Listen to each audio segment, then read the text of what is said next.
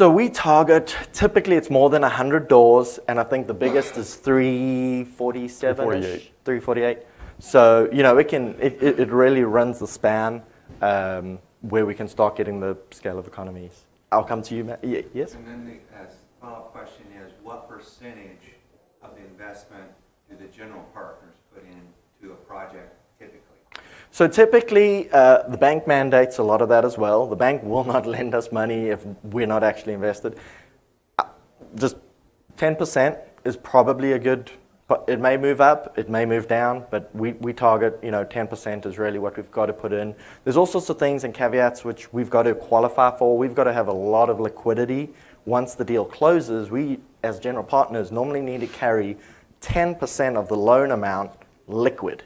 So, we'd love to have. We've got to keep ourselves liquid as well. So it just ensures that we are well capitalized and can, for whatever reason, if we needed to carry the note, we could do it. Yeah.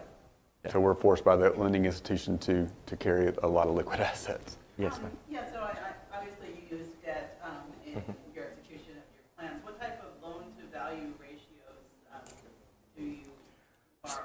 So again, where it fits in for cash flow and makes cash flow the most sense, but it may range anywhere from 60% to 75%. Not many lenders get us past 75% on the total acquisition. We might get 80% on the asset, but then we have rehab dollars that we're bringing in. Then we've got working capital. So in terms of the total entity, it's probably 60 to 75% is a fair sort of where we end up. Yes, sir. Accredited investors only? No. So that is why we do not, there's two different exemptions that we file under with the SEC. There's a 506B for Bravo, 506C for Charlie. If we do a Charlie, then it's accredited investors only and we can get out to everyone. If it is a B, then we have to have pre-existing relationships. We are not allowed to publicly solicit.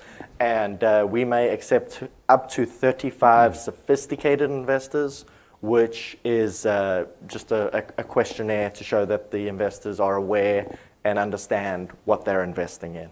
And that's one of the reasons that we want to, this Texas Trident option here is because that allows us to start forming that SEC compliant relationship. So if you text this and you get this report, you get on our mailing list. We also have a Calendly link on there where you can set up a phone call with one of the partners so we can actually develop that relationship a little bit more deeply, learn more about you learn more about us, about your specific investment criteria, and just like I said, develop that relationship over time so when an opportunity comes available, you feel comfortable, and then it's just a matter of is that specific opportunity a fit for you?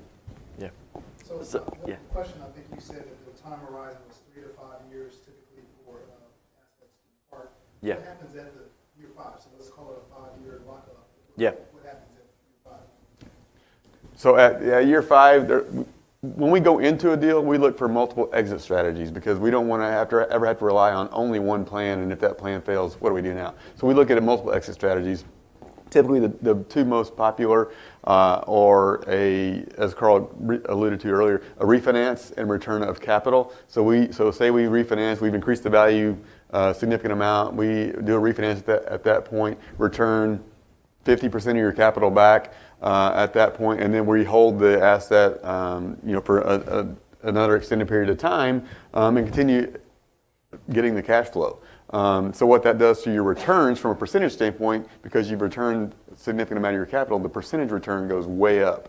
Or we sell the asset at that time, and then we realize not only the cash flow along the way that you've gotten, we realize the kind of the pop at the end from the appreciation that we get once the sale is made. And then because of the tax laws, the depreciation is carried forward, helps offset some of those capital gains at the end. I just got told we're out of time, but I'll take 2 more quick questions because he's looking down. Yes, sir. Tax reporting, K1s? K1s, yes. Pass through, direct. Yes, sir. Over the life of the loan, what is the general partner's percent of expense that you're passing through to the limited partner? Can you rephrase that? Are you passing through about 1% operating expense to the limited partners?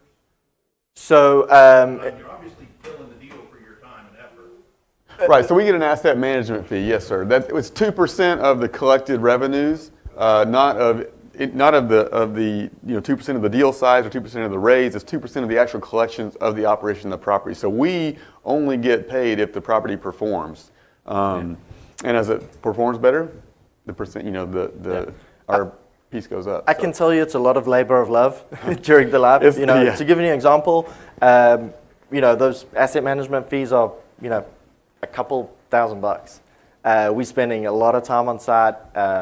It really for us is when the asset performs and we have the cash flow and the sale. That is where the general partnership benefits. So Yeah, during if the that life of the translated deal- to an hourly rate, we wouldn't be able to afford to live at our own properties. yeah. So we thank you guys again for coming out, and like I said, we're at booth 709. If you would stop by, we'd be able to answer more questions. Thank you very much. Thank you.